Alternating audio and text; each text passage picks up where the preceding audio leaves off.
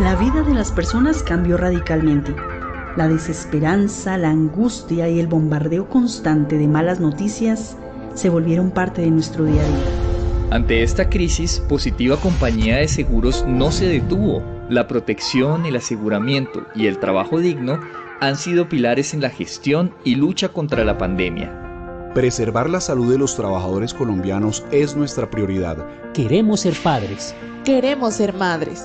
E hijos seguros. Y para esto, Positiva Educa tiene un compromiso con la enseñanza y el aprendizaje para el cuidado de la vida. Nos hemos adaptado e innovado para llegar a tener una cobertura nacional y llegar a más de 213 municipios, cubriendo los 32 departamentos del territorio colombiano. Hemos certificado a más de 500.000 personas como asistentes en diferentes procesos de educación y 281.858 empresas de todo el país que hacen parte de los procesos de aprendizaje diseñados para preservar la vida. A través de Positiva Educa hemos logrado estar en interacción con nuestros colaboradores y por promover la seguridad y salud en el trabajo en Colombia.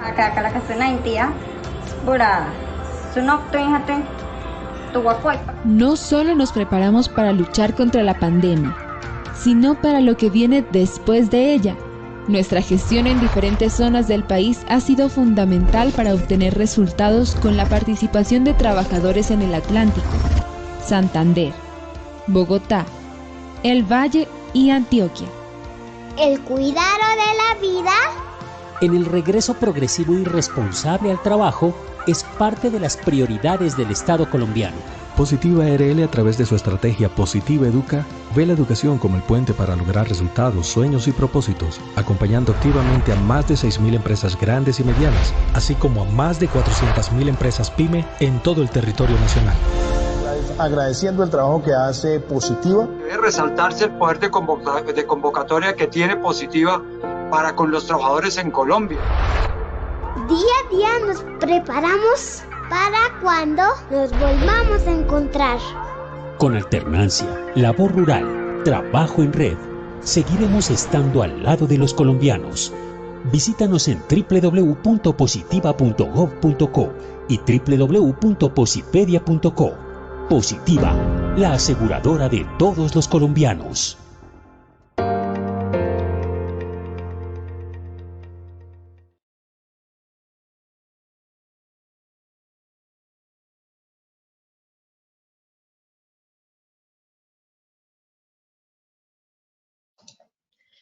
Muy buenas tardes para todos nuestros asistentes. Soy Lina Garzón y les doy la bienvenida a este importante conversatorio virtual. Hoy quiero contarles que en Positiva estamos muy satisfechos por los resultados que hemos obtenido durante este año. Seguimos construyendo un país más educado en seguridad y salud en el trabajo. Y para nosotros es todo un privilegio tenerlos a todos ustedes, los más de 700 asistentes conectados esta noche. Cada vez más nos aproximamos al 1.000.000 de trabajadores certificados en nuestras acciones educativas y contamos con más de 450.000 participaciones de empresas de todo el país, logrando así llegar a todos los rincones de Colombia, convirtiéndonos en la aseguradora de todos los colombianos. Ya estamos llegando a nuestro fin de año educativo y por supuesto yo quiero seguirlos invitando a que sigan participando de estos importantes espacios. Adicional, quiero contarles que este es nuestro penúltimo conversatorio virtual del año y en el último tenemos varias sorpresas que queremos compartir con todos ustedes. Estamos completamente felices por todos los logros, el acompañamiento y compromiso que han tenido tanto empleadores como trabajadores en participar activamente y en darnos la oportunidad de demostrar que Positiva Compañía de Seguros es país. Estamos muy comprometidos con la salud y bienestar de todos los colombianos. Mi invitación de hoy es a que visiten nuestro centro virtual Posipedia. Recuerden que allí se encuentra el cronograma semanal de todas nuestras acciones educativas, iniciando nuestros días de talleres web con la Escuela de Aprendizaje en Salud Psicosocial a las 7 de la mañana y cerrando nuestros días de talleres con nuestro Muévete y Contágiate de Prevención, un espacio creado para que todos ustedes terminen el día con la mejor actitud, refrescando sus mentes para llenar sus cuerpos de energía y vitalidad. Este espacio lo tenemos todos los días, de lunes a viernes a las 5:30 de la tarde. De esta manera seguimos sumando y hasta la fecha ya hemos ejecutado más de 860 acciones educativas durante este año. Así que ya saben, visiten Posipedia, visualicen el cronograma semanal y participen en todos nuestros espacios educativos. Sin más preámbulo, damos inicio a nuestro conversatorio número 13. Y como siempre, le doy la bienvenida al doctor Camilo Gómez, vicepresidente de Promoción y Prevención de Positiva Compañía de Seguros y quien nos sigue acompañando todos los miércoles como líder de estos espacios tan importantes. Doctor Camilo, muy buenas tardes, bienvenido. Lina, buenas tardes a nuestros asistentes, a todo este público que de manera continua, reiterada nos acompaña. Hoy ya llegamos en este momento, llevamos 10 minutos de abierta la sala y ya tenemos 791 asistentes. Eso es solo el resultado del trabajo de la compañía de Positiva, del equipo de Educa, liderado por el ingeniero James Yazo, de todos ustedes, Lina, y todo tu equipo. Y pues no podríamos tener ese éxito, esas cifras tan importantes, si no fuera también por la participación de nuestros panelistas, de nuestros conferencistas, de quienes dedican este espacio para la construcción de conocimiento, para la construcción de prevención.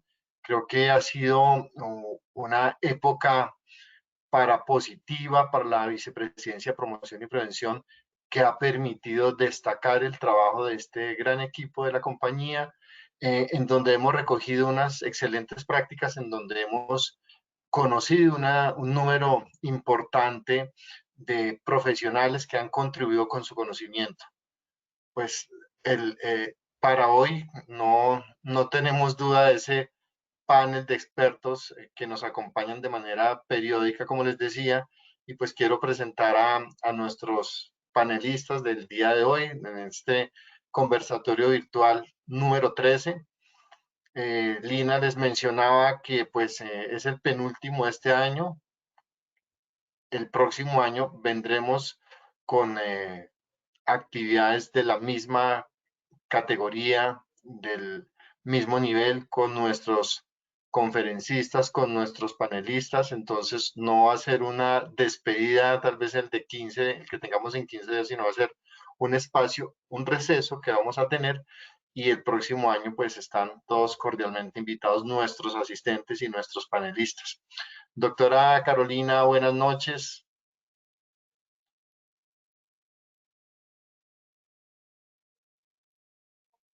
Muy buenas noches, doctor Camilo, a toda la audiencia, muy buenas noches, Lina, y a todo el equipo de Positiva y a mis compañeros de panel. Qué gusto estar aquí nuevamente con ustedes. Gracias. Doctor Carlos Ayala, buenas noches. Muy buenas noches, doctora Carolina, buenas noches. Gracias. Doctor Jesús Palomino, buenas noches. Bienvenido a su casa. Muchas gracias, doctor Camilo. Sí, es mi casa. Y saludo a mis compañeros de recinto, doctora Carolina, doctor Carlos, doctor Iván, y a los demás compañeros del equipo técnico, los ingenieros James. La bienvenida a nuestra compañera Lina y gracias a usted por invitarnos. Gracias. Con todo gusto, doctor. Doctor Iván, buenas noches. ¿Cómo se encuentra en la ciudad de Ibagué? Doctor Camilo, muy buenas noches. Doctora Carolina, doctor Carlos, doctor Jesús, Lina, todas las personas que asisten la noche de hoy. Desde la ciudad de Ibagué nos encontramos muy bien. Está haciendo un día con bastante calorcito. Ha hecho sol. No sé cómo esté Bogotá ni Barranquilla. ¿Cómo los ha tratado el invierno? También con calorcito en Barranquilla. Bogotá, fría. Ahí combinamos. Bueno, continuamos con la dinámica que hemos tenido en nuestros paneles anteriores. Una serie de preguntas que nos formulan nuestros afiliados desde varias partes del país. Recordar que este espacio es un espacio académico, formativo, en donde las opiniones, los conceptos, las ilustraciones, como yo lo menciono, frente a cada interrogante que se presenta, pues parten es del conocimiento, de la experiencia de cada uno de nuestros excelentes panelistas, no compromete instituciones, no compromete entidades, y es simplemente la propia vivencia que tienen ustedes como académicos de las situaciones que se viven en el país, de lo que estamos afrontando con esta situación particular de COVID, que hace que entonces, quiero hacer énfasis en ello, es un espacio netamente académico en donde nosotros, o ustedes son quienes hacen gran parte de este trabajo a través de sus recomendaciones, y que, como es claro, en el campo del derecho, pues tendremos diferentes posturas, diferentes acepciones de un tema en particular, pero que todas con el debido respeto, con esa amabilidad con la que ustedes tratan esos temas, y con esa condición de amistad y de fraternidad, pues hace que sea un espacio completamente agradable para quienes nos acompañan. Entonces, en ese sentido, quiero que iniciemos de una vez con nuestra sesión de preguntas. Yo siempre le pido a la doctora Carolina que sea quien inicia con la primera pregunta, y le voy a pedir al doctor Ayala que por favor nos apoyen a ustedes dos con la primera pregunta. Muchas gracias y bienvenidos, y estoy completamente seguro que va a ser un espacio muy agradable, muy ilustrativo, muy enriquecedor para cada una de las personas que están asistiendo.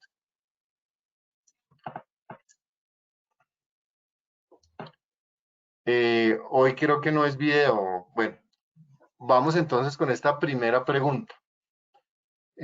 Para los casos positivos de COVID-19 en estudiantes en práctica del área de la salud y calificados como enfermedad laboral, ¿el proceso de investigación de enfermedad laboral estará bajo la responsabilidad de la empresa afiliadora al sistema de riesgos laborales, o será responsabilidad de la administradora de riesgos laborales?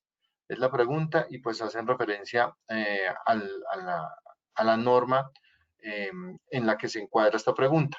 Dado que el decreto 1072 de 2015, artículo 2.2.4.2.3.13, protección y prevención a cargo de las administradoras de riesgos laborales, solo hace mención a accidentes ocurridos con ocasión de la práctica. Entonces, les doy la palabra y muchas gracias por su presencia esta noche. Doctora Carolina, doctora Ayala.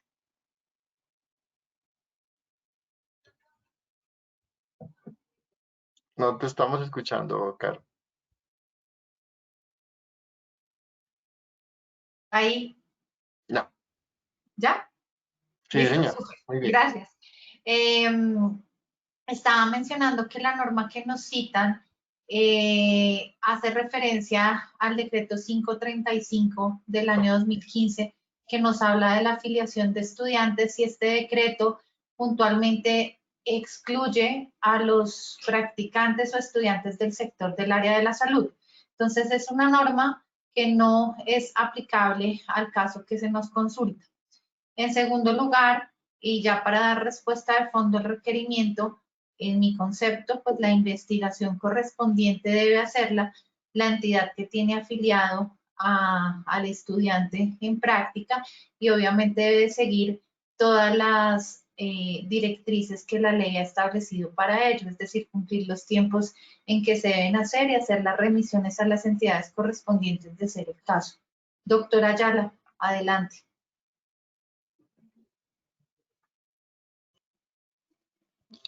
Yo creo que esta misma evolución ha hecho que por la pandemia tengamos a unos estudiantes que van a tener un riesgo ocupacional, y un estudiante en práctica, porque hay muchos estudiantes de un nivel alto, están haciendo un internado, un posgrado, ¿sí?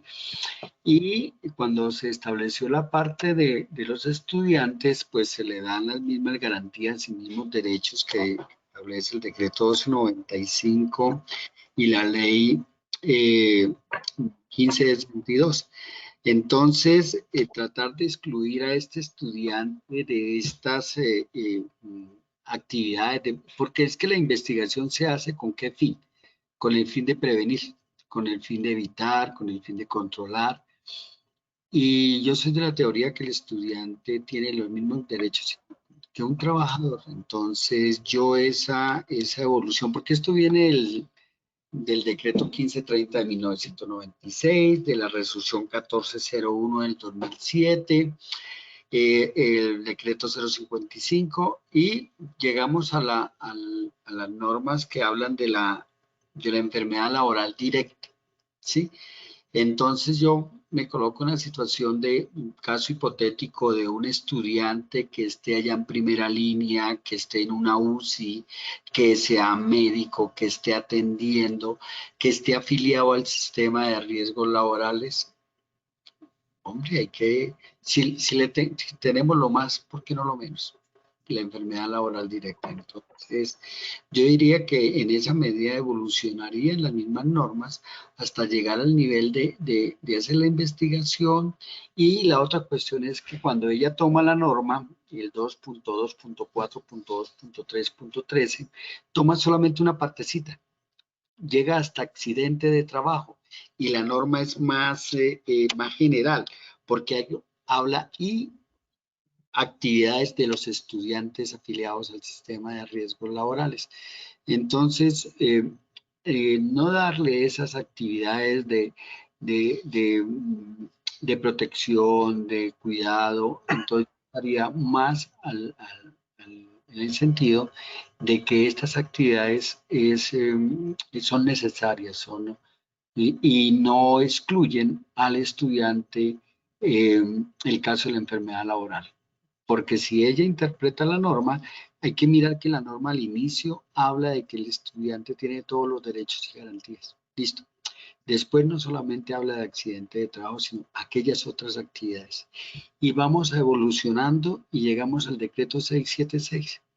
Y cuando llegamos al decreto 676, ahí hay una clase de estudiante muy especial, que es aquel que está en internado, aquel que tiene un riesgo. Entonces yo recomendaría esas actividades de prevención, promoción y lo que es la investigación de los accidentes, porque es que son preventivos, es tratar de que no ocurra en el espacio laboral otros hechos iguales, tomar las acciones de prevención. Entonces yo iría un poquito más allá, doctora Carolina, doctor Camilo, doctor Jesús, doctor Iván.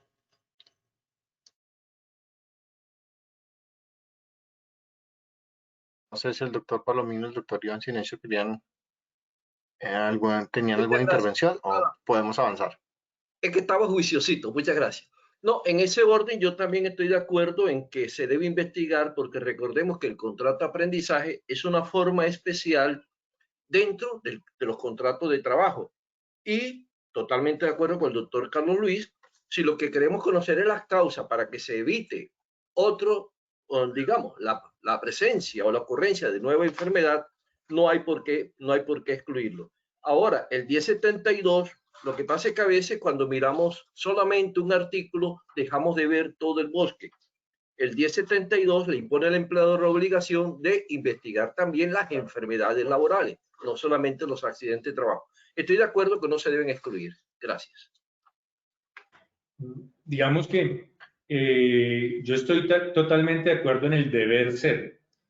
Lo que pasa es que tengo que entrar en el punto de lo desafortunado muchas veces frente al tema de las cargas y obligaciones.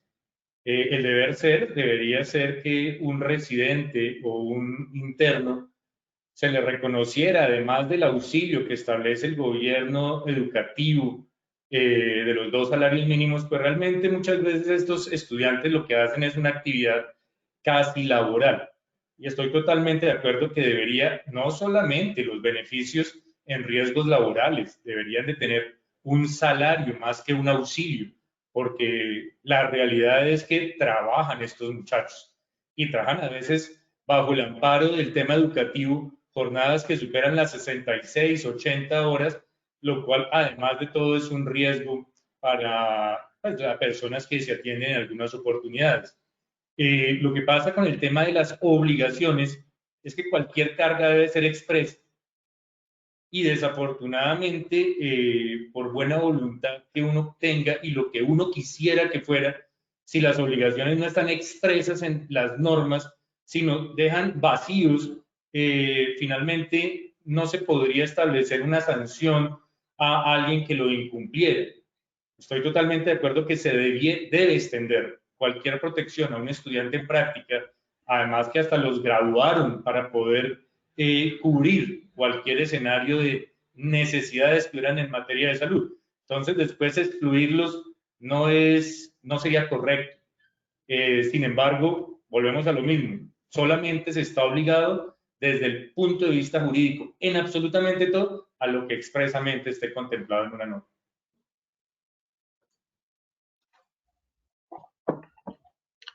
Muchas gracias, doctor Iván. Vamos con la pregunta número 2. Le pediré el favor al doctor Palomino y al doctor Ayala que nos apoyen con esa pregunta, por favor. Muchas gracias. Yo soy Patria, muy buenas tardes. Soy la patrullera Carolina Chavarro, integrante del Grupo de Talento Humano de la Dirección Antinarcóticos. Tengo una consulta en cuanto a los comités de convivencia laboral. A la Policía Nacional, los comités de la convivencia laboral nos rige la resolución 03252 del 2019, donde nos indica que sus integrantes deben ser elegidos por el empleador. Pero también tengo conocimiento que existe la resolución 1356 del 2012 del Ministerio de Trabajo, donde nos indica que representantes de los no uniformados deben ser elegidos por votación. Entonces, mi duda es saber si existe un vacío en la resolución 03252 que no nos indica o no nos especifica cómo debe ser elegido el representante de no uniformados. Muchas gracias. Bien. Interesante la inquietud de la patrullera Carolina por lo siguiente. Casi siempre cuando hablamos de sistema de gestión, y me disculpo con mis compañeros, nos referimos y pensamos a la empresa que tiene el molino, el torno, la troqueladora, la empresa citadina. Y muy rara vez hablamos de los otros sectores agrícolas, marítimos y en este caso gubernamentales, Fuerzas Armadas, etcétera. Mira que ella nos habla que se rigen por la resolución 03252-2019. Consulté con el doctor Google y esta es una resolución emitida por el Ministerio de Defensa a través del cual se conforma el Comité de Convivencia Laboral de la Policía Nacional. Hasta allí, digamos, estamos bien. Pero no hemos de olvidar que la base general de los comités, de la conformación de los comités de convivencia laboral es la resolución 0652-2012, modificada a su vez los artículos 3 y 4, sin estimar, por la resolución 1356 de 2012, que nos dice que aquellas empresas públicas y privadas que tengan menos de 20 trabajadores elegirán uno por cada parte, uno en representación del empleador y otro en representación de los trabajadores. Y si tuvieran 20 o más, pues elegirán dos. Pero quiero llamar la atención al artículo 3 de la 1356 cuando señala: los trabajadores elegirán los suyos a través de votación secreta. Entonces veamos, ni la resolución 0652 ni la 1356, que es la general, la norma general, nos habla de no uniformados, nos habla de trabajadores. Entiendo que la patrullera nos trata de decir que hay un personal, unas personas dentro de la policía que no portan uniforme, que son civiles, que son los trabajadores administrativos, etcétera, de almacén, etcétera. Entonces yo diría que si ellos fueran la totalidad del 100% de los trabajadores, no tendríamos problema. Espero que el doctor Carlos Ayala me complemente o me corrija lo que voy a decir. Sabemos que el personal uniformado pues son servidores públicos, no son realmente trabajadores. Esa parte no la manejo mejor y creo que hasta la doctora Carolina lo puede explicar. Pero lo que quiero sustentar es lo siguiente: no hablemos de no uniformados porque podemos confundir, porque al hablar de no uniformados ya estamos segmentando un sector que la norma no nos ha dicho. La norma nos dijo los trabajadores. Es más, esta resolución que estoy señalando, la 356, nos dice que en la convocatoria que haga la institución pública o privada tendrá que indicar cuál es el procedimiento de selección.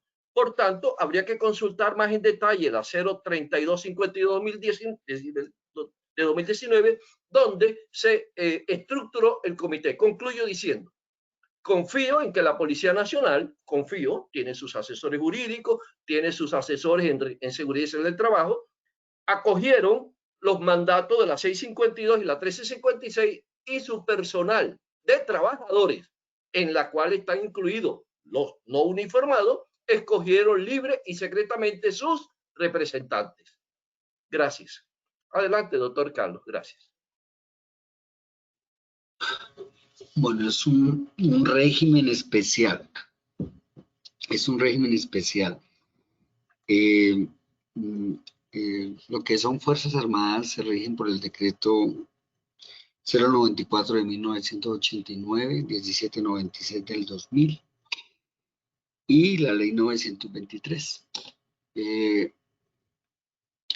Tiene dos clases de personal. Personal uniformado, que es aquel que es de un régimen especial, pero ese personal está por fuera de la ley 100, pero se rige por norma supranacional. La decisión 584 del 2004 y la resolución 957 del 2005, que debe establecer un sistema de gestión. La Policía Nacional tiene un sistema de gestión, la Policía Nacional tiene una estructura, tiene unos departamentos, tiene ya consolidado todo un personal. Listo. Entonces, cuando estamos hablando del civil, porque hay dos clases de civil, el del 1214 de 1990 y el civil de ley 100. Cuando hablamos del civil de ley 100, él se rige por las normas propias del Comité de Convivencia. Las normas propias del Comité de Convivencia y tienen su propia, y es más, en las normas propias del Comité de Convivencia se establece en la resolución 1356 del 2012 que el empleador elegirá a sus representantes y los trabajadores de manera democrática elegirán los suyos. Pero estamos estableciendo civiles de ley 100, civiles que están en el decreto 1295-94, toda la estructura y todo eso, pero tienen al personal de policía uniformado. Ese personal uniformado tiene la resolución 3252 del 1 de agosto del 2019 y tiene toda una infraestructura donde no es que se les haya olvidado la forma de la elección, es que la elección es el empleador, directamente eligen a sus destinatarios. No se rigen por las normas propias de nosotros, no se rigen por la forma de elección de la resolución 1356 del 2012. ¿Por qué? Porque tienen una autonomía, es régimen especial, tienen su forma. Es más, el análisis que se hace de la resolución 3252 del 2019 establece toda una conformación, toda una estructura, ¿sí? Entonces, no se les olvidó, es que no hay ese voto democrático, no existe ese voto democrático, que sí lo hay para la ley 100. Es más, ellos pueden hacer una especie de combinación conjunta, porque las mismas normas del COPAS, del sistema de gestión, les permiten hacer alguna especie de actividades de forma conjunta. Por su misma naturaleza y por ser un régimen especial. La respuesta es la resolución 3252 del 2019 es una manifestación de una voluntad y de un tratamiento especial de un régimen que se llama Policía Nacional, que está bajo el amparo de la decisión 584 del 2004 y la resolución 957 del 2005. Listo. Gracias.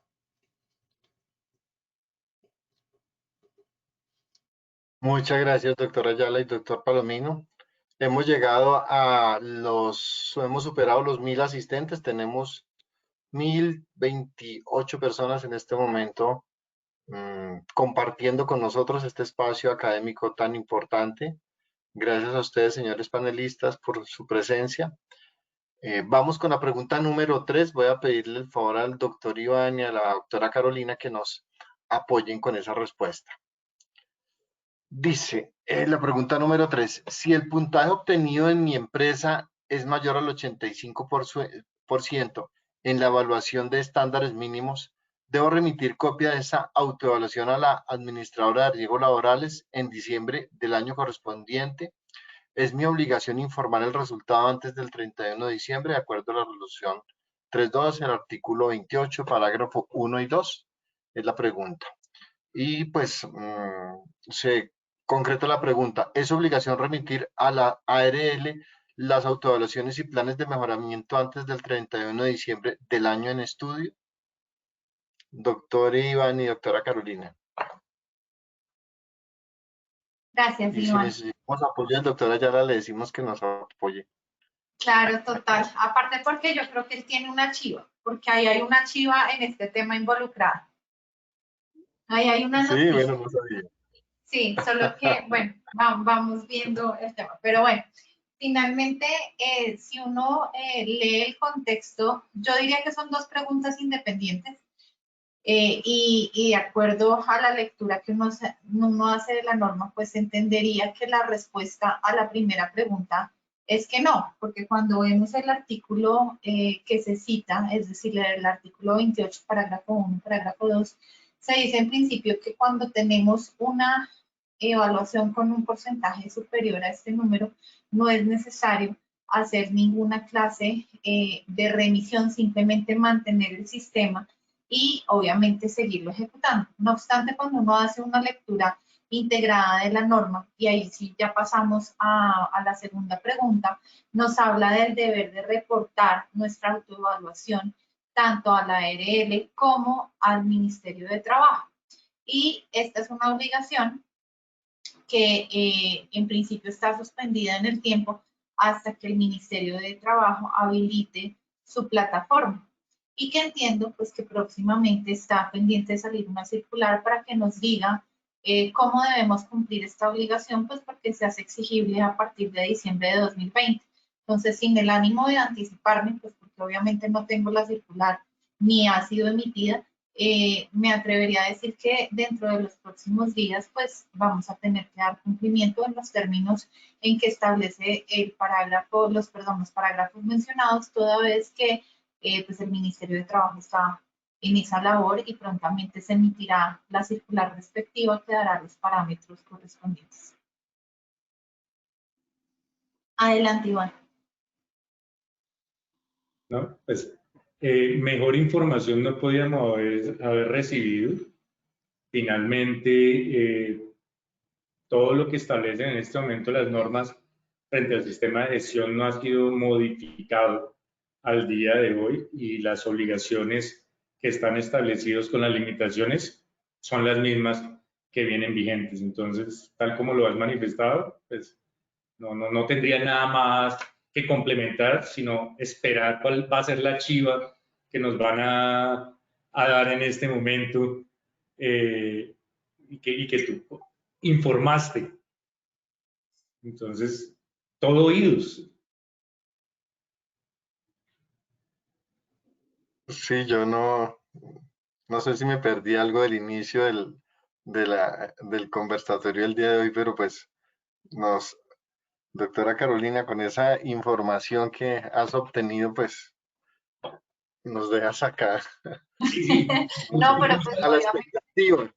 Pusiste al rol del doctor Ayala. Pero no, yo necesito confirmación y apoyo del doctor Ayala porque obviamente lo mío puede ser chisme hasta que él lo comparta. Por eso yo digo posiblemente chiva. Entonces, doctor Ayala, respáldeme o de lo contrario, porque no hay de otra. Siempre que se está en esta actividad, pues no es fácil pero sí se está trabajando en el tema y muy seguramente con lo que usted, pues, es que la norma establece que es en el aplicativo habilitado por el Ministerio del Trabajo a diciembre del 2020, ¿sí? Así lo dice textualmente la norma. Se está trabajando. Si no se llega a sacar alguna forma de tomar la información, muy seguramente va a haber la suspensión, pero por ahora se está trabajando, se está trabajando. En dado caso, se suspenderá, pero sí hay como un adelanto como tal. Hasta no esperar todo lo último, no se puede decir que se suspenda, ojalá. Yo no es que no me atrevo a decir chivas porque yo estoy debiendo un almuerzo por lo de el aislamiento preventivo, y normas que sí se están trabajando, normas que se llevan 1 o 2 años, normas que en un momento determinado pues hay que esperar las circunstancias, pero sí se está trabajando de manera muy intensa, muy intensa. Yo creo que este año, antes de finalizar el año, vamos a ver publicadas muchas normas y quisiera que no se diera la suspensión, que se habilitara y eso. Entonces yo soy de partidario porque es que eso nos va a permitir un control de saber cómo están las empresas, qué se está haciendo. Sí, esta es una norma que mi doctora Carolina, en el caso personal, no quisiera que se suspendiera. Pero esperemos, porque esto ya es parte de los técnicos. Pero de antemano, sí se está trabajando en el tema, sí se está trabajando. Gracias. Bueno, súper. O sea, mi fuente es casi que confiable. Muy bien. Gracias.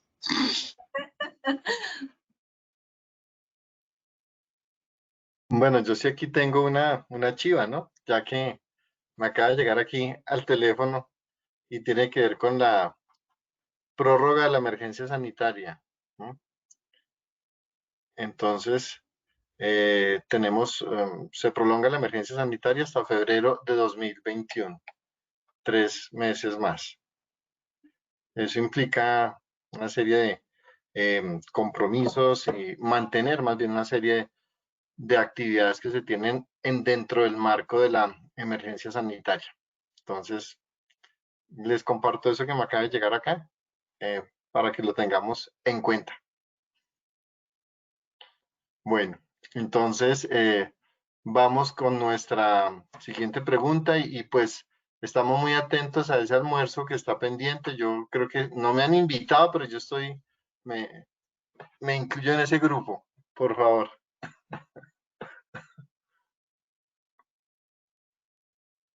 La siguiente pregunta va a pedir el favor al doctor Jesús Palomino y al doctor Ayala que nos apoyen. Me excuso.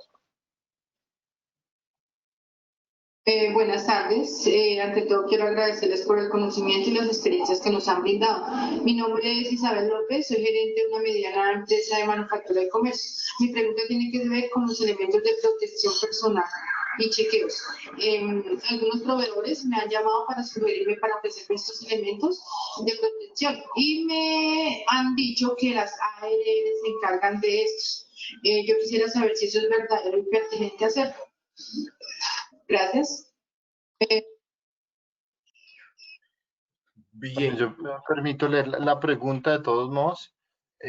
Frente a los temas de elementos de protección personal y chequeos, últimamente he recibido de forma directa cotizaciones de 3 empresas que me recomiendan tomar la cantidad de EPPs y chequeos necesarios y que luego puedo oficializar recobro a la administradora de riesgos laborales contando con la asesoría de ellos.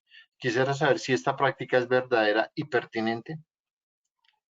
Permítame iniciar. Quiero dar respuesta a la pregunta tomando como fundamento el término o la expresión chequeos necesarios. Esto es como una nube etérea. Pueden ser cantidad de EPP y chequeos necesarios, puede ser 3, 30, 300, 3.000, 3 millones, no hay un límite. O sea, los que se necesiten. Considero que no es una práctica pertinente. Considero que el proveedor está abusando de su posición porque está vinculando a un tercero a suministrar un pago de algo en lo cual el tercero no ha intervenido. Me explico. El proveedor logra vender, si logra convencer a la empresa, los EPP necesarios, repito, no sabemos si son 3, 30, 300, 3.000 o 3 millones, y los chequeos. Obviamente él obtiene un dinero. Y luego le dice a la empresa, haga el recobro a la ARL y yo le asesoro. ¿Quién garantiza que la ARL le va a decir, oiga, aquí están el valor de los 3, los 30 o los 300? Porque es que yo no estuve allí. Vamos a mirar dónde estuvo el análisis técnico. ¿Es cierto que estos eran los EPP necesarios y adecuados? No considero que sea una práctica, no quiero decir honesta, pero digámoslo de una vez, no creo que sea una práctica honesta, porque se está invitando un tercero, no, ni siquiera se está invitando, de cierta manera se está haciendo efectos a un tercero que no ha participado. Esa es mi posición. No considero que los proveedores deban actuar de esa manera. Adelante, doctor.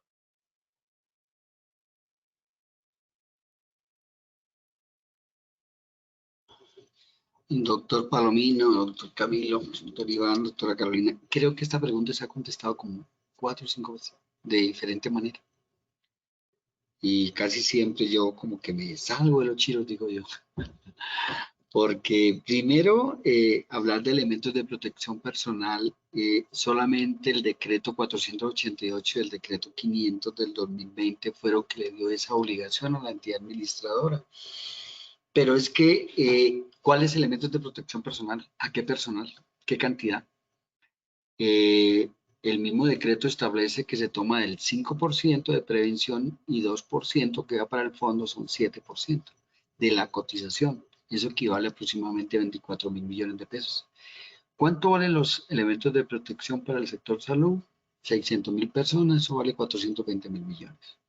La circular 29 del año 2020 establece que la entidad administradora dará un apoyo, le colabora, le ayuda, ¿sí?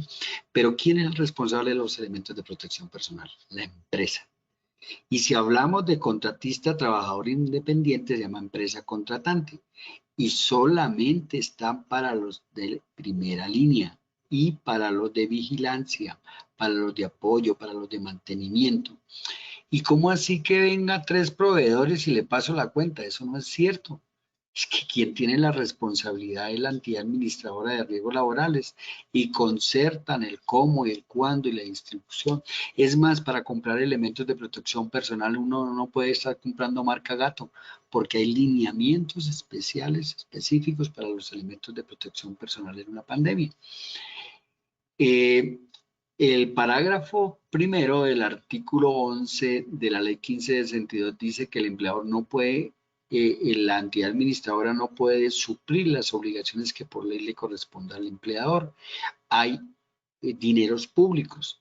Cuando se toman dineros públicos, el delito especulado contra los recursos de la seguridad social es el artículo 23 y 24 de la ley 1474 del 2011.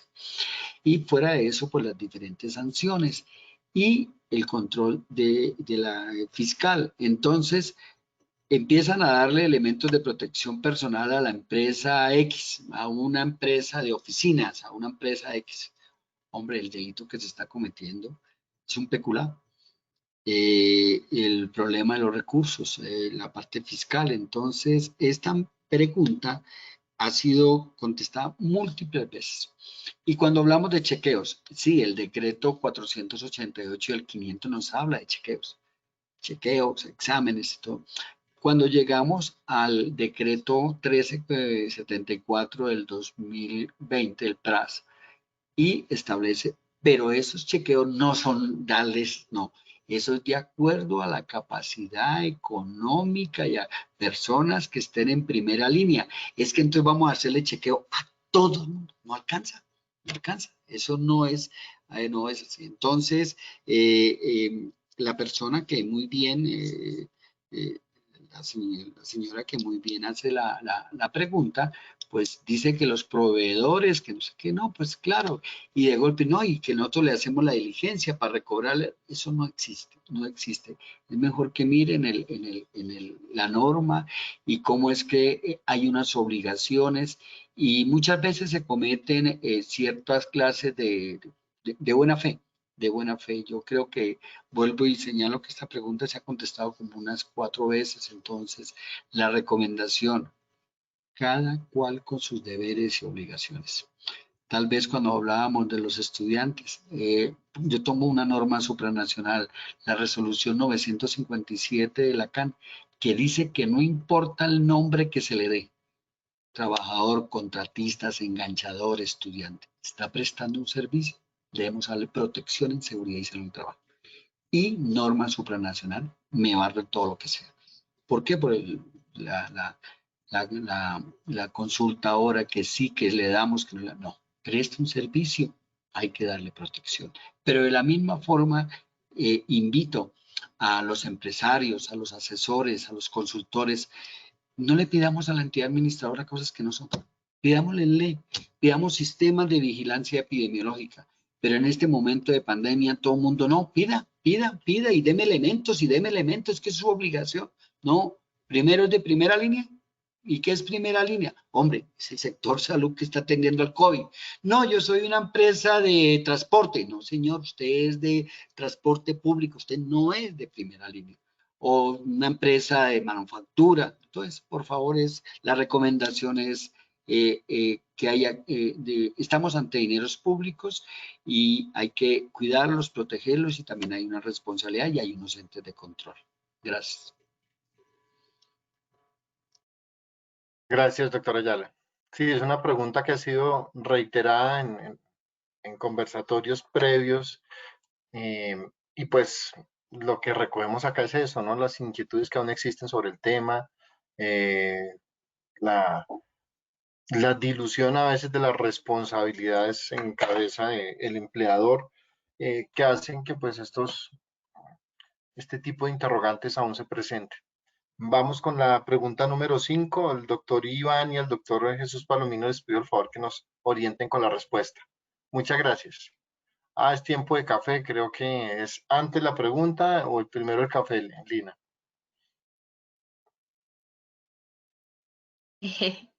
Nos vamos a tomar ese café un poquito más temprano.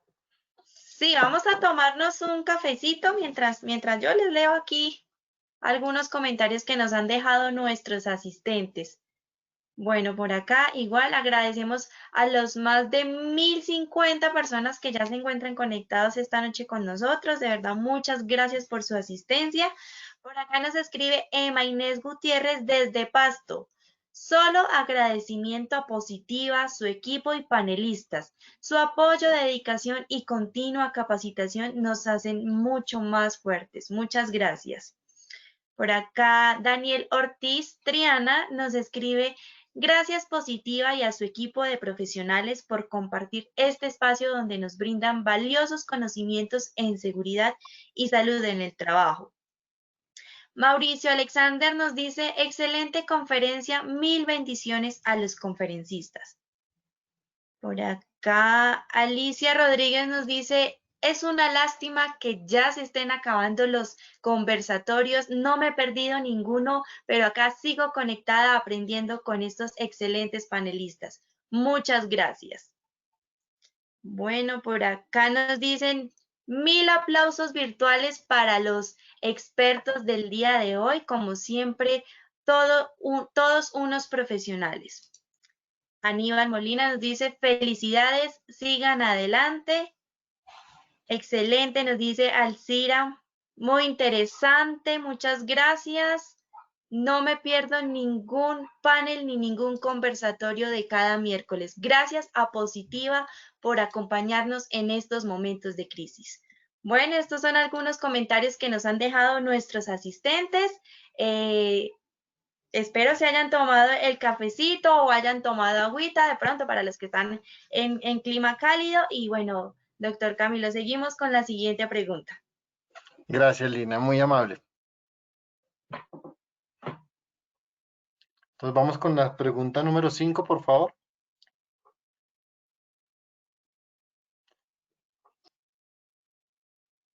Mi nombre es Alexander Hinojosa, soy gerente de la empresa Asociación Activa Independiente de la ciudad de Palmira, Valle del Cauca.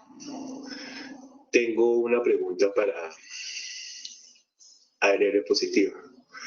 En cuanto a análisis de puestos de trabajo, con énfasis osteomuscular para el proceso de calificación de origen de presunta enfermedad laboral, ¿cómo puede contribuir la EPS y la ARL a que este análisis de trabajo en nuestras empresas sea efectivo? Muchas gracias.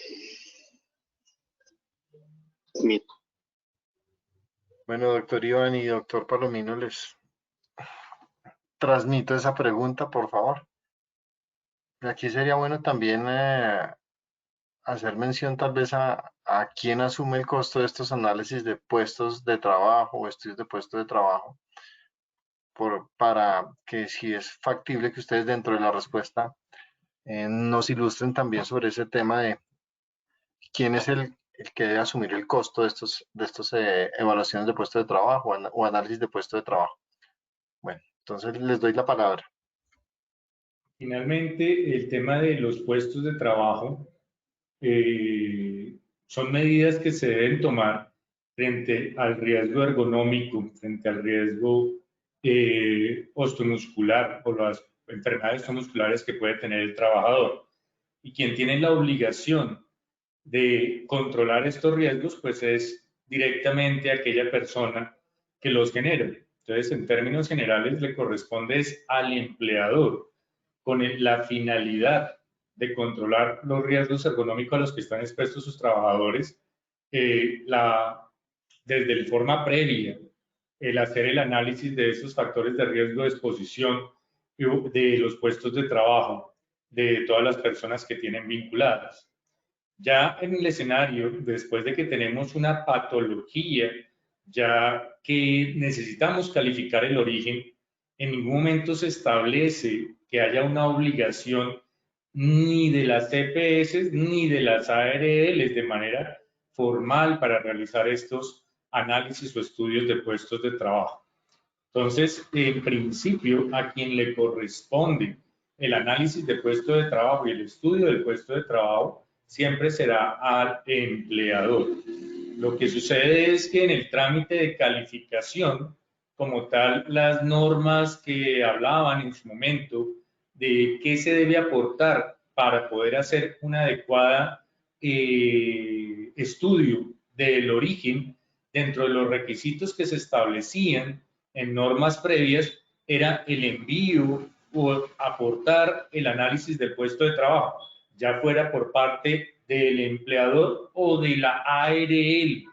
Y ahí surgía como tal, se puede decir ese concepto o esa noción que el responsable del análisis del puesto de trabajo era la ARL, ya de manera formal. Sin embargo, pues hoy en día en las normas relacionadas con el trámite de calificación, lo único que hace referencia es que uno de los requisitos es el envío del análisis de puesto de trabajo, pero no existe una norma expresa como tal que establezca una obligación diferente. Entonces, digamos que quien debe tener esa gestión como parte preventiva, control del riesgo, y es que es lógico, si yo estoy generando el riesgo ergonómico y que tengo que estudiar cuáles son los requerimientos de cada trabajador, de altura de la mesa, de la silla, de las distancias, pues es el mismo empleador como parte de esas medidas preventivas que deben hacer parte del sistema de gestión y del control de los riesgos. Totalmente de acuerdo con el doctor Iván. Efectivamente, esta es una obligación del empleador. Lo que ocurre es que en el pasado, y cuando me refiero al pasado, pienso que unos 2 o 3 años atrás, las EPS, no puedo decir que todas, pero era común ver en la carta que le entregaban la EPS al trabajador, le informaban infórmele a su empleador, pobre, le recomendamos para que se le solicita la ARL. Nuevamente vuelvo a lo que estaba hablando ahorita, 2 personas se unen para obligar a un tercero, y eso como que cogió carrera y todo el mundo decía pidámosla a la ARL. No, pero realmente estoy de acuerdo con el doctor Iván, es una obligación del empleador, tanto, y me apoyo en el 1072, cuando allá en el cuadro que habla de los documentos y exámenes que se deben enviar para calificación de origen, para definir las controversias también en el 1072, que recogió las normas anteriores de lo que reglamentaba la Junta de Calificación de Invalidez, cuando señala que si el empleador no envía la documentación o los exámenes requeridos, la Junta ordenará su reconstrucción y obviamente le hará el recobro al empleador. Mensaje cordial a todos los empleadores y líderes del sistema. El sistema de gestión debe estar documentado, cumplan con todas sus obligaciones, porque en ese momento, cuando les sea requerido esos documentos, esos análisis, esas evaluaciones de no tenerla, pues obviamente pues tendrán consecuencias jurídicas y económicas. De acuerdo con el doctor Iván, es responsabilidad del empleador. Gracias. Gracias, doctores. No sé, doctora, ya la doctora Carolina, ¿algún aporte con esa pregunta o podemos avanzar? ¿Avanzamos? ¿O el doctor Ayala quiere decir algo? El decreto 1072 dice que es responsabilidad del empleador. 1. 2. El decreto de primera oportunidad reafirma ese.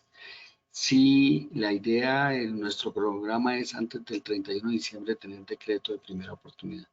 Porque es que siempre se le dice que la ARL es la que debe pagar esto. Falso, es el empleador. Y no tenerlos en contra del empleador, no del trabajador. Gracias, doctor. Gracias. Es que antes en el 2463, si mal no estoy, me corregirá el doctor Ayala, sí establecía en un momento determinado que los análisis de puesto de trabajo estarían a cargo del empleador o de la administradora de riesgos en su momento del trámite de calificación. Y desde ahí cogió, pues, todo ese escenario de la obligatoriedad. Pero eso ya no hace parte de ninguna exigencia. Y está claro, como dice el doctor Ayala, que es una obligación del empleador.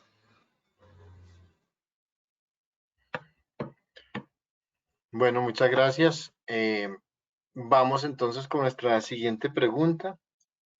Nuevamente voy a pedirle a la doctora Carolina y al doctor Ayala que nos ayuden con esa sexta pregunta. Dice la pregunta: respecto a las nuevas normativas que reglamentan el piso de protección social para personas que no alcanzan a ganar un salario mínimo mensual, ¿cuáles son las responsabilidades de empleadores y trabajadores ante el sistema de gestión de seguridad y salud en el trabajo? ¿Y cuáles son esos principales impactos para el sistema general de riesgos laborales? Y el 14.2 sobre su cotización es el porcentaje que se debe asignar a las actividades de esta población. Bueno, una pregunta con 2 o 3 elementos importantes. Bueno, adelante. El doctor Ayala está que se habla. No, al contrario, voy a hacerlo más resumido y le voy a dejar todo el temario. ¿Por qué? Porque estamos hablando de una norma que no ha sido regulada. No estamos hablando de riesgos laborales, estamos hablando de pisos de protección y un seguro inclusivo. Eso no es riesgos laborales. Entonces, parto de la base de que falta reglamentar del mismo decreto 1174 del 2020 que establece una modalidad especial. Esta persona tiene que tener régimen subsidiado, tiene que tener los BES y un seguro inclusivo. Y yo, discúlpeme, habla del 14.2, no, habla del 15 y de ahí se toma el 1% y eso va para el fondo de riesgos y se establecerá un seguro inclusivo. Entonces, no me atrevo a dar ninguna opinión. ¿Por qué? Porque está en estudio, está en análisis, pero no habla de una afiliación como tal en riesgo laboral, es como una cobertura como tal en riesgo, porque es que el sistema de riesgo ya tiene sus propias prestaciones económicas, asistenciales, tiene una regulación y todo. Entonces, doctora Carolina, simplemente para decir que no puedo afirmar, no puedo decir nada al respecto porque se está trabajando en el tema, se acaba de expedir la norma y no es un sistema de riesgos, no es un sistema de riesgos, es un seguro inclusivo. Quiero dejarle, digamos, como el tapete, esa esa filosofía, porque es que el sistema de riesgos ya es un conjunto de entidades públicas, privadas, normas, procedimientos, tiene toda una cobertura. Este es un seguro inclusivo. Doctora Carolina, la escucho, por favor. No, pues la verdad no me queda nada más que repetir porque es clarísimo que este tema está pendiente de ser reglamentado. Lo único que me bastaría decir es que pues esperamos que exista una reglamentación antes de febrero del año 2021 porque la norma nos dice que esto empezará a regir el próximo año. Entonces, pues esperamos con ansias la reglamentación para poder estudiarla y obviamente poder dar una contextualización, porque como lo dice el doctor Ayala, no estamos hablando propiamente del sistema de riesgos laborales, sino es una particularidad que busca proteger a una población específica. Listo. Siguiente. Bueno. Perfecto, bueno. Vamos con la siguiente pregunta, la pregunta número 7. Nuevamente, doctor Palomino y doctor Iván, ¿nos pueden apoyar con esa respuesta? Gracias.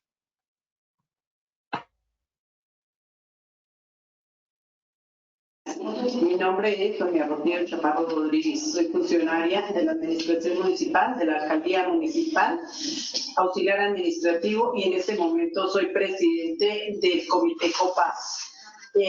Quisiera hacer esta pregunta. ¿Qué significa el hecho que la aplicación del sistema de gestión y salud en el trabajo sea un requisito legal para las empresas? Bien, permítanme iniciar. Como la pregunta dice, ¿qué significa que la aplicación del sistema de gestión sea un requisito legal? Lo puedo resumir en dos palabritas. Una exigencia legal o en una, cumplimiento. Entonces veamos. Sí o sí, la empresa debe cumplir con todas las exigencias de la normatividad que reglamenta, que regula, que desarrolla el sistema de gestión. Ejemplo, ya hoy toda empresa debe tener definido o por lo menos terminar de estudiar su presupuesto en seguridad y salud del trabajo para el año 2021. Ya las empresas deben estar pensando y preparando, planeando con la participación del comité paritario la auditoría al sistema de gestión. Ya se deben estar preparando para la revisión por la alta dirección al sistema de gestión, que son 24 ítems de acuerdo al 1072. Ya debemos estar preparándonos para la evaluación de los estándares mínimos y dependiendo, como se dijo en una de las preguntas anteriores, del puntaje obtenido, aplica o no un plan de mejoramiento, el cual será incluido en el plan de trabajo anual del 2021. En fin, ya debemos estar trabajando para el plan de trabajo anual del 2021 y preparándonos para actualizar la política, la matriz legal, la matriz de identificación de peligro y evaluación de riesgo, la actualización de los procedimientos, las asignaciones asignadas a los diferentes funcionarios, en fin. Respondo de esa manera. Es una obligación de toda empresa cumplirlo. Y al final, ¿qué significa ello? Mejora de las condiciones de trabajo y, aunque no lo garantiza, pero sí disminuye las probabilidades de accidente y de enfermedades laborales. Y moralmente es la obligación del empleador frente a sus trabajadores. Adelante, doctor Iván. Digamos que esta es de las preguntas más bonitas que hemos tenido en todos estos conversatorios, en todos estos paneles. ¿Y por qué digo que es de las más bonitas? Porque es las que permite entrar o hablar un poquito de la misma filosofía o de la razón de ser del mismo sistema de gestión. Y ahí sí, pues, citar a todos los que hemos participado, que creo que de una u otra forma lo he dicho, y en especial al doctor Carlos, cuando enaltece la labor de todas las personas que trabajamos en los sistemas de gestión. Hay 3 derechos que para mí son de los más importantes e inherentes al ser humano: la vida, la salud y el trabajo. Y dentro de la vida y la salud también concomitante la integridad personal. Lo que pasa es que creemos que después de que entramos a cualquier relación laboral, pasa a un segundo plano la vida y la integridad. y es todo lo contrario. Es que el trabajo o la relación laboral, además de dignificar, pues nos ocupa fácilmente la tercera parte del tiempo de nuestras vidas. Y esa relación laboral o esas actividades que realizamos, pues finalmente generan unos riesgos. Y la esencia del sistema de gestión es, ante un riesgo creado, pues un riesgo que debe ser controlado. Eso es el sistema de gestión. Es la actividad más bonita en promoción y prevención porque es controlar los riesgos que se generan y que impactan la tercera parte de la vida de todos nosotros. Y eso tiene implicaciones sociales a nivel de país, a nivel de familia, a nivel individual.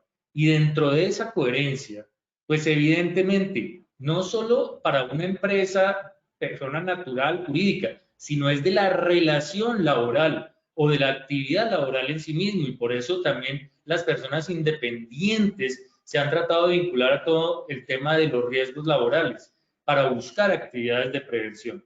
Es que es una obligación innata, esa obligación de querer controlar y proteger. Y por eso mismo las normas, desde que una persona crea una empresa o desarrolla la actividad empresarial, además de tener obligaciones controladas como es hacer una cámara eventualmente de comercio, tener un RUT, obligaciones tributarias, en materia laboral, usted puede escoger la forma de contratación de su gente, pero sí o sí debe desarrollar su sistema de gestión, porque permite salvaguardar vida, integridad y el derecho al trabajo.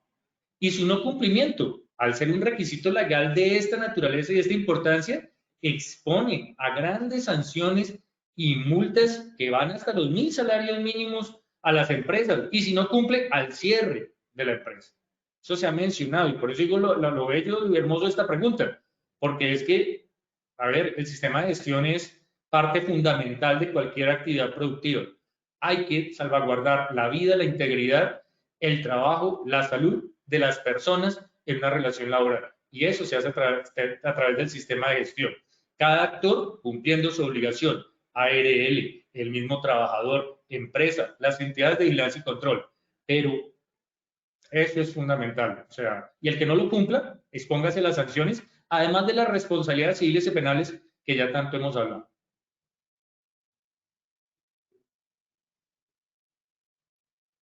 Muchas gracias, doctor Iván. Tenemos pendiente ese espacio para profundizar. Yo creo que puede ser parte del tema de nuestro evento de cierre para este año y ese profundizar en ese tema del ámbito de las responsabilidades, algo sobre los perjuicios y demás, que me parece importante que trabajemos ese tema. Vamos a intentar estructurar, les estaremos comentando. Vamos con la pregunta número 8, doctora Carolina y doctor Palomino. Les agradezco su apoyo con esa pregunta. Y la pregunta dice, ¿cuál es el alcance o papel del COPAS y del Comité de Convivencia Laboral en casos de presunto accidente de trabajo o enfermedad laboral ante solicitudes directas de los trabajadores buscando, entre comillas, protección en estos comités? Supongo que tiene que ver con una situación particular que pasa en la empresa de quien nos escribe, pero pues son situaciones que con cierta frecuencia también observamos en otros escenarios laborales. Y obviamente, para que Carolina no sea quien inicie, vamos a darle la palabra al doctor Palomino. Carolina siempre dice, me dejan a mí de primera, no con la primera pregunta. Yo quería ser caballero de la palabra, y yo que quería ser caballero. Bueno, pero sacamos. Gracias. Bueno, veamos. Usted lo dijo, doctor Camilo. Probablemente se trate de una empresa que no ha cumplido con su obligación. Revisemos. Artículo 62 del Decreto Ley 1295/94. El empleador debe reportar dentro de los 2 días hábiles siguientes a su ocurrencia, del accidente obviamente, a la ARL y a la EPS, porque se nos está olvidando reportar a la EPS. Perdonen, doctor Carlos, doctor Iván y doctora Carolina y doctor Camilo, ustedes no conocieron esta situación. Para los años 70-80, cuando existía el Instituto Colombiano de Seguros Sociales, después el ICS, etcétera, había un formulario de 5 hojas, rosada, amarilla, verdecita, blanca y que se le daba a cada uno, y el mensajero salía a repartirlo físicamente, y eso se cumplía. Cuando pasamos a la virtualidad, que hoy todo es por computador, etcétera, a muchos líderes del sistema y responsables de los reportes no lo están enviando a la EPS. Que yo sepa, y mis compañeros ahorita me lo podrán aclarar, esa obligación no ha sido derogada. Hay que informar a la EPS la ocurrencia del accidente de trabajo o de la enfermedad laboral diagnosticada dentro de los 2 días de ocurrencia del hecho o de diagnosticada la enfermedad. Y nos dice el 1072, si el accidente es grave o mortal, pues también tendrá que informarlo o reportarlo al Ministerio del Trabajo. Dicho esto, que es el aspecto legal, la pregunta, deduzco por la pregunta que la empresa no ha cumplido. Obviamente en el entendido que el trabajador también le informó a su empleador, porque aquello hay obligaciones recíprocas. Recordemos que no todas las empresas tienen a su trabajador allí a 10 metros. Las electrificadoras, en las minas, en las haciendas, está el grupo, la cuadrilla trabajando distante, kilómetros. Posiblemente ocurre el accidente y si no hay un mecanismo interno que pueda llegar la información al empleador, pero en fin, ya eso es algo interno. Entonces concluyo. Deduzco por la pregunta que el trabajador informó y es la empresa la que es renuente o no ha hecho a su vez el reporte a las entidades mencionadas. Yo considero que sí, pero principalmente el COPAS. Hay varias alternativas. Una, sabemos que el trabajador o cualquier persona puede reportar directamente el accidente a la ARL. 2, el trabajador puede acudir al COPAS. Yo considero que sí, porque es el medio, es el organismo a través del cual se va a ventilar una situación que no se está cumpliendo para solicitar de él, y como en el COPAS están los representantes del empleador, allí se va a solucionar.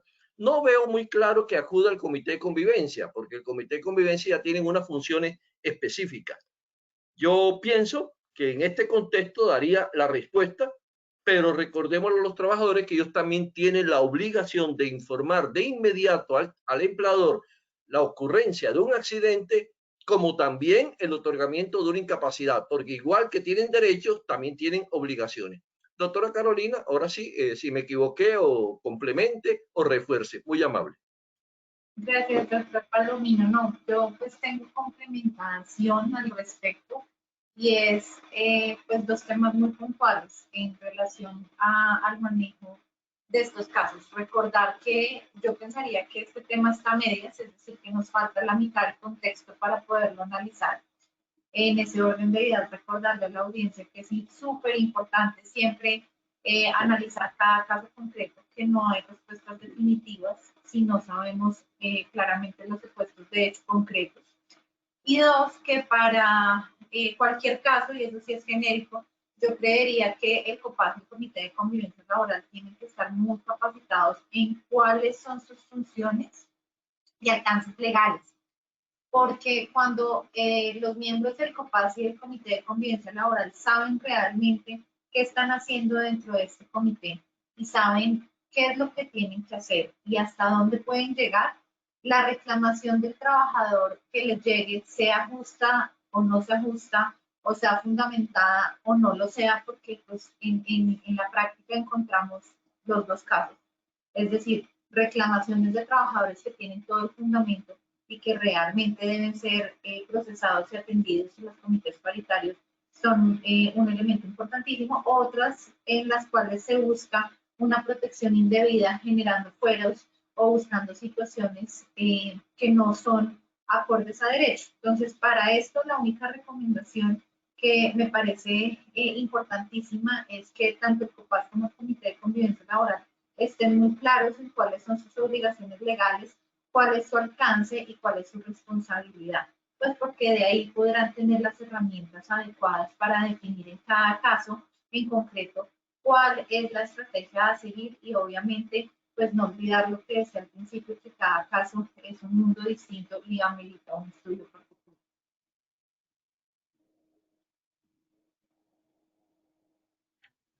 Gracias, Carolina. Vamos con nuestra última pregunta, la pregunta número 9. Voy a pedirles el favor que cada uno de ustedes pues nos dé su percepción, su análisis de la pregunta que viene. Muchas gracias.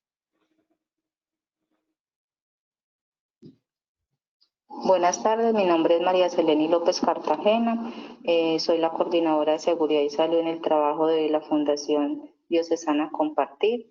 Mi pregunta es, ¿cómo puedo abordar el caso de trabajadores que no quieran retomar las actividades laborales normales, teniendo en cuenta que todavía estamos en tiempo de pandemia y el temor que ellos tienen a contagiarse? Muchas gracias.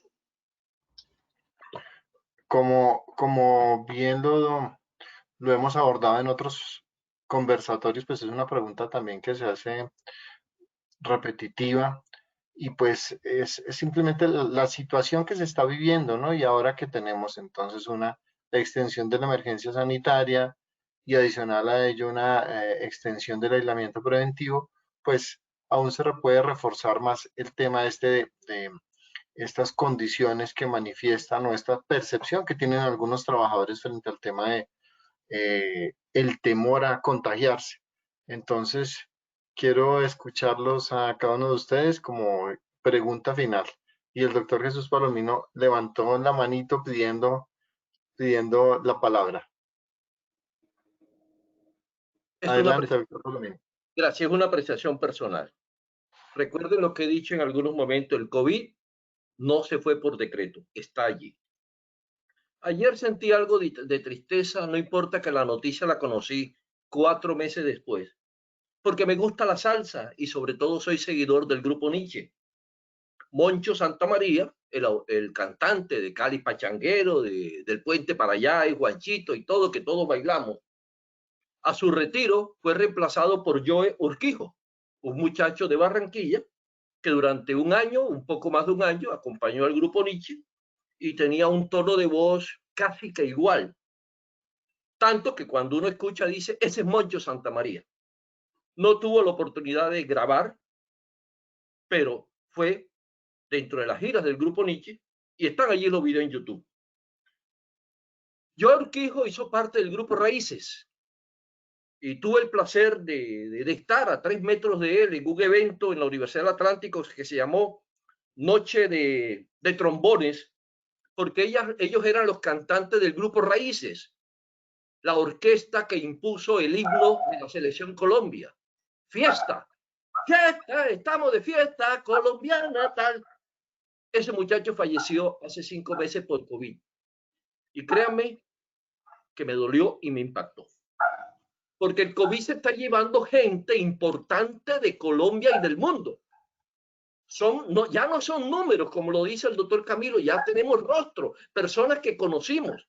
Y aunque en lo personal no ha llegado todavía, y espero que no llegue nunca a estar cercano, pero también por aquí murió la madre de un cantante que dicen las lenguas que también fue por ello. Y miren, aquí en Barranquilla hay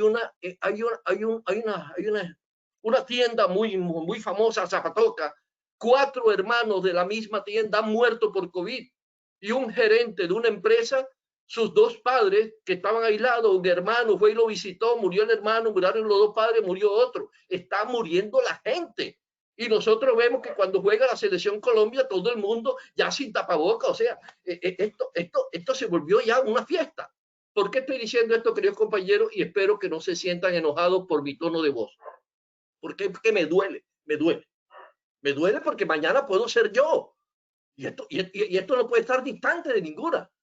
Mire, aquí pasa un señor vendiendo helado y la mamá y el niño salen sin tapabocas a comprar helado y el muchacho vendiendo helado y entregando las vueltas y todo. ¿Y qué pasó? Una niña de 7 años sin tapabocas. ¿Por qué estoy diciendo esto?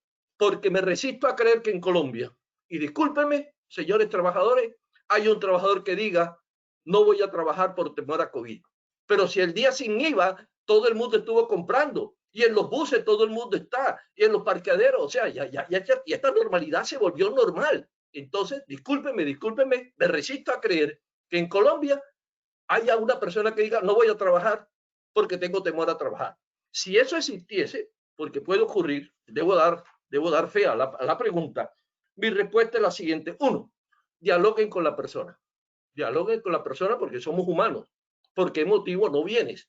Y si sus respuestas no son valederas, porque por las situaciones que se den, obviamente para mí no hay otro camino que el proceso disciplinario, respetando el derecho de defensa y todo el procedimiento y debido proceso.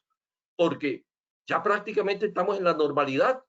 Entonces, si estamos en la normalidad, yo creo que ya no hay excusa para salir al banco, para salir a comprar, pero sí tenemos la excusa cuando vamos a trabajar, pero cuando vamos a... Es más, ya en las cantinas hay fiestas, ya la gente hay fiesta, en fin. Perdóneme, discúlpeme, el COVID no se ha ido por decreto. Debemos ser responsables.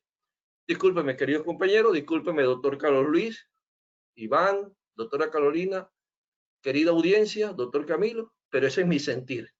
Ese es mi sentir. Gracias. Gracias, doctor Palomino. Doctor Iván.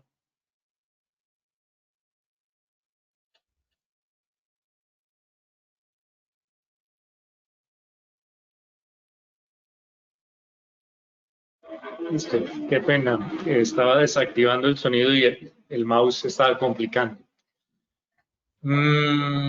Digamos que desde el punto de vista normativo está muy claro que las personas están sujetas en el marco laboral a una subordinación. Está clarísimo también que lo que obligó a tomar medidas de protección estrictas, de aislamientos, de trabajo en casa, fueron directrices nacionales precisamente para tratar de controlar una pandemia en materia de salud pública. Está también claro que estas normas se han ido flexibilizando a pesar de que la emergencia sanitaria se amplíe hasta febrero. Ya digamos que las principales restricciones ya son reducidas en un momento determinado y que se debe reactivar la economía. En ese orden de ideas, las normas laborales siguen existiendo y trabajador pues que no quiera reintegrarse puede tener todos los motivos, ¿sí? Porque digamos que podemos hacer juicios valorativos de que usted por qué sale a comprar el televisor pero no quiere ir a trabajar. Pues sí, a comprar el televisor yo voy con mi tapabocas durante solamente 30 minutos, el día de IVA manteniendo el aislamiento, pero al momento de hablar del lugar de trabajo, una oficina cerrada de 40 metros cuadrados, donde trabajan 10 funcionarios y en la ventanilla de los juzgados se aglomeran 15, 20 personas, o en las oficinas de reparto haciendo filas exageradas donde el aislamiento social no es lo cultural, pues no es tan fácil dar la respuesta sí o no, no, sí, ¿sí? Porque cada persona tiene pues su derecho en un momento determinado a decir que se quiere cuidar. Lo que pasa es que la norma laboral pues ya está clara y el que no quiera tendrá su proceso disciplinario y si tiene algún fuero está el mecanismo para que el ministerio de manera acelera, rápida, eventualmente de una autorización si hay algún tipo de fuero. Entonces, digamos que el que no quiere volver a trabajar se expone a sus consecuencias. Sin embargo, vuelvo e insisto en un tema muy importante, y es que la razón de ser de cualquier arquitectura jurídica, desde una constitución, es finalmente la garantía de unos derechos, y es que vivamos en comunidad, que nos cuidemos todos, que seamos felices. No es simplemente la productividad por la productividad, no es solamente la riqueza por la riqueza, es el tema de tener esperanza, de hacer familia, y todas las normas están destinadas a garantizar este escenario. Entonces la invitación es que durante todo este año aprendimos que lo más importante para controlar el COVID es la protección individual a través de la mascarilla, las garantías del aislamiento, el lavado de las manos, y que la realidad ya tocó ajustarla. Bienvenido ahora, si va a ser cierto, el tema de las prometedoras vacunas. Bienvenidos los tratamientos que demuestren la efectividad para controlar de manera efectiva la carga viral. Tendremos que adaptarnos a eso, pero parte de adaptar nuestras vidas es el trabajo. Empleadores busquen que los lugares de trabajo cumplan con los reglamentos y con todos los protocolos de bioseguridad. están vigentes, son obligatorios, hay que cuidar a los trabajadores. Trabajadores, retomen las actividades, generando las 3 medidas de autocuidado que requerimos, reportando, porque es su derecho también, a las entidades de vigilancia y control cuando no se cumplan los protocolos de bioseguridad, porque es una obligación de los empleadores en el marco del sistema de gestión. Es una colaboración mutua. De esto solo salimos adelante, y no porque por una norma se diga la prórroga, la terminación de la emergencia sanitaria, sino porque es que finalmente tenemos que cuidarnos hasta que la pandemia esté completamente controlada. Y esto no va a ocurrir antes de por lo menos de 6 a 12 meses. Es decir, el sistema de gestión que se ha ido modificando y que se ha ido adaptando tendrá que mantener sus obligaciones y sus adecuaciones hasta que se controle este riesgo. Y después, cuando venga otro riesgo, pues ya estamos preparados o lo que sea. Entonces, salvémonos, cuidémonos, disfrutemos la Navidad, disfrutemos el trabajo, pero sigamos cumpliendo los sistemas de gestión, cumplamos los protocolos de bioseguridad y bienvenidos a la nueva normalidad. Y el que no quiera, pues asume sus consecuencias si considera que no debe trabajar. Y en última serán los jueces los que determinen si hay alguna protección adicional en un futuro. Gracias, Iván. Carolina. Bueno, este es un tema muy complejo desde mi punto de vista, porque es clarísimo y comparto la preocupación del doctor Palomino al respecto, y es que pues la emergencia sanitaria no ha pasado, evidencia de ello legales que la han postergado, como nos mencionaba el doctor Camilo, y más allá de que lo diga un papel, pues es que lo dicen y lo vemos todos los días, que se mueren personas y las personas ya son más cercanas, y bueno, es una situación muy compleja. Pensaría que dentro de un contexto de empresa, lo que debemos propender es por 2 cosas. Uno, reiterar que las actividades que podamos hacer desde casa se deben seguir haciendo en casa. Creo que toda esta situación nos lleva a replantear desde el punto de vista legal las formas de trabajo. Yo la verdad no creo que una vez pase la pandemia podamos volver a un mundo laboral como el que teníamos antes. Yo creo que todo esto que nos ha pasado y nos ha obligado a enfrentar el COVID-19 nos conlleva a establecer que necesitamos nuevas formas de trabajo que permitan estar también en casa, compartir con familia, tener una vida más equilibrada y obviamente pues con indicadores de producción que ameriten y que conlleven a que este tipo de situaciones se mantengan. Pero al margen de eso, que es una consideración que podrá pasar de aquí a unos, no sé, año y medio, 2, para vernos cómo será ese nuevo mundo laboral.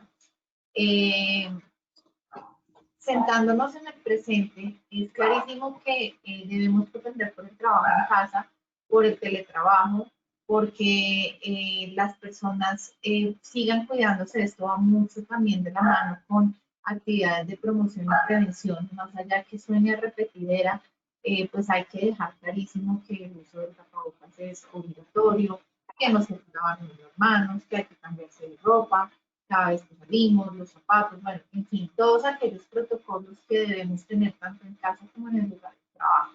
Segundo, ya cuando estamos hablando de trabajo en sitio, tenemos que atender, de acuerdo a mi criterio, a 2 puntos. Uno, que es clarísimo que como empresa debemos tener muy bien establecidos y controlados los protocolos de bioseguridad, es decir, que funcionen y que realmente los estemos aplicando.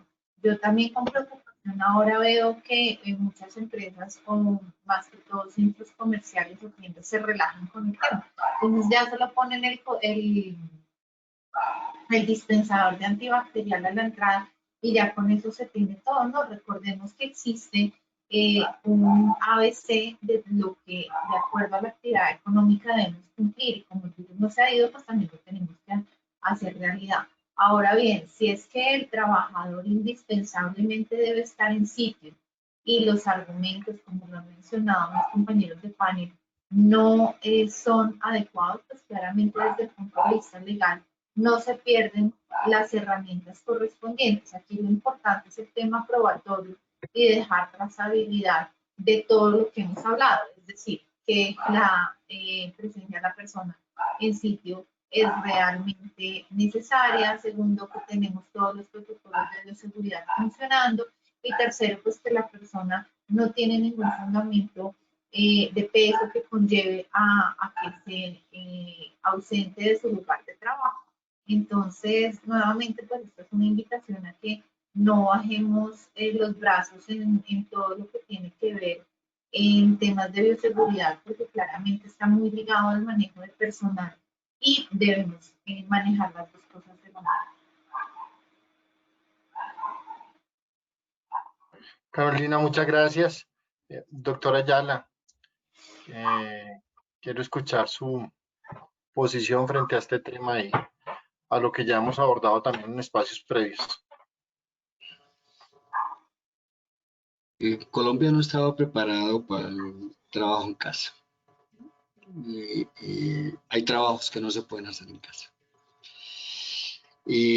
Hay todo un contexto, la circular 21, el código sustantivo de trabajo, la circular, la directiva número 7 de presidencia que dice un número del 30% en oficinas, el 70% virtual. Después llega la circular 66 y vemos la circular 64 también que habla del tema y la 41 y hablamos del término post pandemia y la parte psicosocial y el empeño, ¿sí? Porque podemos trabajar en condiciones seguras, podemos trabajar cuidándonos, podemos prestar un servicio, pero ¿qué va a haber el resultado final? Hay personas que van a perder el empleo, personas que van a perder el contrato. ¿Por qué? Porque yo como empresa veo que no. Yo con este virtual puedo hacer 2 o 3 trabajos. El contrato de prestación de servicio. Miremos lo que dice el DANE. Entonces, aquí va a haber una selección. Lo que pasa es que hay diferencias entre el sector público, el de carrera administrativa, el de libre nombramiento y remoción, el de sector privado. Yo valoro, reconozco y defiendo mucho al trabajador independiente. Ese señor, mejor dicho. Y yo soy de carrera. Yo soy de carrera. Como defender, doctora Carolina, a los estudiantes de medicina, el decreto 55, el bajar las horas y decirle que le dieran alimentación y eso fue una defensa con el decreto 55. Pero esos resultados los vamos a ver el próximo año. El próximo año, leer la Carta García, el dar el 110%. Claro, no tenemos que salir, muy bien lo dijo el doctor Palomino, ¿no? Es que me pasó algo personal. Alguien que no puede trabajar, que no sé qué, me encuentro en un centro comercial. Yo dije, ¿qué es esto? Yo estaba más protegido que esa persona. Eso no tiene presentación. Estoy estudiando y escribiendo acerca del despido por justa causa, por violar las normas de la pandemia. ¿Cómo es que viola el Código Único Disciplinario y cómo se puede despedir a una persona? Es que no es justo tampoco para el empleador. Que el empleador que tenga el 60, 70, ahora todo es comorbilidad. Todo es comorbilidad. No, ¿qué es esto? Tampoco. Entonces hay que tener la justa medida. La justa medida. Entonces, mi recomendación, la pregunta muy bien está enfocada. Hay que hablar, hay que establecer esos programas. Miren la circular 64 que habla de la pospandemia, habla de actividades del empleador, habla de las entidades de seguridad social, del apoyo a la ARL. ¿Qué pasa? Si la persona no ejerce su actividad, su profesión, oficio, después nos toca que hacer reinducción. No, pues porque es que el hombre ya se le olvidó el teclado y ya no, tampoco. Por favor, si el país lo paramos en seco como paró esta pandemia nos dejó. No podemos. Hay que hacerlo con responsabilidad. Hay que querer también a la empresa. Es que es una justa medida. Hay empresas que no soportan el trabajo en casa. Hay trabajadores que tampoco soportan el trabajo en casa. Se vuelven locos. Entonces, por favor, lo que invito es a hacer patria, pero con las medidas, con el cuidado, con todos los protocolos. Las empresas están invirtiendo. Las empresas están, ya no le niegan un tapaboca, un gel, unas actividades, no. Pero el otro no quiere trabajar. No quiere trabajar. Justa causa para echarlo. Sobre todo aquellos que les colocan partes. No estoy hablando por lo de Ibagué, ¿no? Porque ya lo echaron. Fue uno de los primeros partes en Barranquilla también. Hay partes a la gente, ¿por qué? Porque no usan el tapaboca, porque se la pasan en fiestas. Entonces, no es la justa medida, Vuelvo y repito, Circular 64, da unos esquemas. Pero es que este país ni el mundo estaba preparado para la completa virtualidad. Solamente países europeos que nos llevan 10, 20 años en esta evolución, pero nosotros no. Entonces ahora le vamos a colocar trabajo en casa para el maestro de obra, pegar ladrillos. No, tampoco. Hay que buscar la justa medida. Y doctor Palomino, experto en salsa, muy bien allá en La Troja, en Barranquilla, conozco muy bien esos sitios, entonces por favor me hizo delectar y recordar, pero por favor busquemos una justa medida, un justo equilibrio.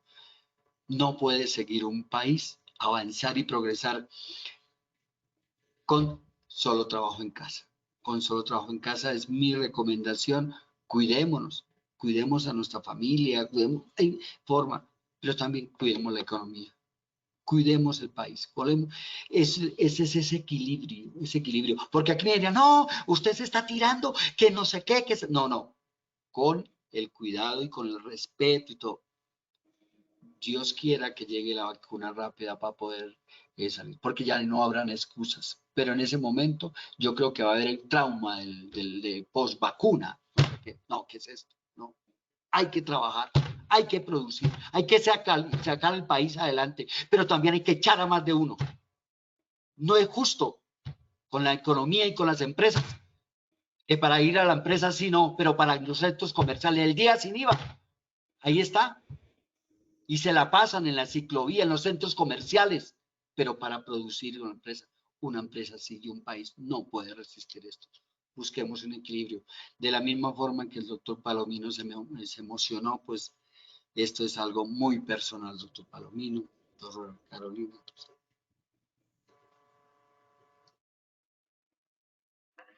Doctores, muchas gracias. La Organización Mundial de la Salud lo ha establecido, ¿no? Estas prácticas sugeridas desde el inicio, el aislamiento físico, el lavado de manos frecuente, la protección respiratoria, el uso obligatorio de tapabocas, con una cuarta recomendación, tiene que ver con evitar las microaglomeraciones. En los paneles de salud que hacemos alternados con este conversatorio legal, hemos abordado esos temas y se ha llegado a esa importante conclusión. Ya no debemos tener en cuenta o no debemos solo preocuparnos por esos grandes eventos donde tenemos muchas personas, sino también la microaglomeración. Y esa microaglomeración está definida como el espacio del tinto que nos tomamos los que estamos asistiendo presencialmente, en donde uno con sorpresa entra a un área de una compañía, una empresa, y ve a los 3 o 4 personas cercanos compartiendo un tinto o el alimento. Ese es un momento, un sitio, un espacio crítico. Entonces la recomendación es que seamos responsables, seamos disciplinados, cuidemos a nuestros compañeros, cuidemos a nuestra familia, cuidemos a nuestro país, cuidemos nuestra economía. Entonces, en ese espacio en donde terminamos compartiendo un café a las 8 de la mañana o 9 de la mañana, es donde tal vez podemos tener un posible contagio. y entonces después terminamos diciendo, es que por ir al trabajo, es que me estoy enfermando o me estoy contagiando. Entonces, sí quiero que seamos de verdad todos suficientemente responsables para entender que esta situación va a permanecer aún después de vacuna. Obviamente habrá algunos cambios importantes, pero creo que esa disciplina del cuidado, de la prevención debe estar en cada uno de nosotros, por la protección de nuestros compañeros de trabajo, de nuestras familias.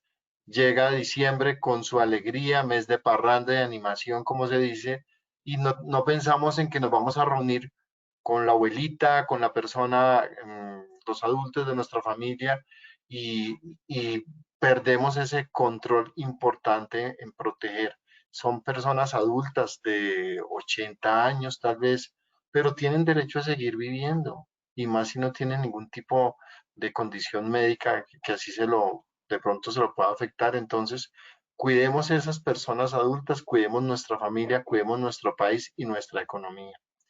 Quiero agradecerles a ustedes su permanencia, 8:15 de la noche, hoy no nos extendimos demasiado. Quiero invitarlos para nuestro panel de cierre de año, que es en 15 días, con algún tema muy importante que precisaremos y se los compartiré a ustedes, y también con unas sorpresas al cierre de ese evento, e invitándolos ya para el próximo año nos sigan acompañando. Muchas gracias. Sus preguntas nos las pueden enviar pues a este correo que aparece, educa.certificados@positiva.go.co. Doctor Ayala, doctor Palomino, doctor Iván, Carolina, muchas gracias por su presencia. Nos despedimos con 900 asistentes, 8:15 de la noche, a puertas de entrar a diciembre, en una época invernal compleja, pero con la seguridad de que nosotros, colombianos, podemos contribuir con la disciplina y la prevención en superar esta situación. Muchas gracias a ustedes, un saludo muy especial y nos vemos en 15 días. Lina, muchas gracias por tu presencia. Claro que sí, doctores, a todos muchas gracias, y por supuesto a todos muchas gracias por su participación. Les recuerdo que la grabación de este conversatorio virtual quedará colgado en nuestro centro virtual Posipedia, www.posipedia.co. A todos gracias por su participación. Doctores, que tengan una feliz noche. Doctor Camilo, buenas noches, y a todos, por supuesto, que tengan una noche bendecida. Los dejamos con el siguiente video.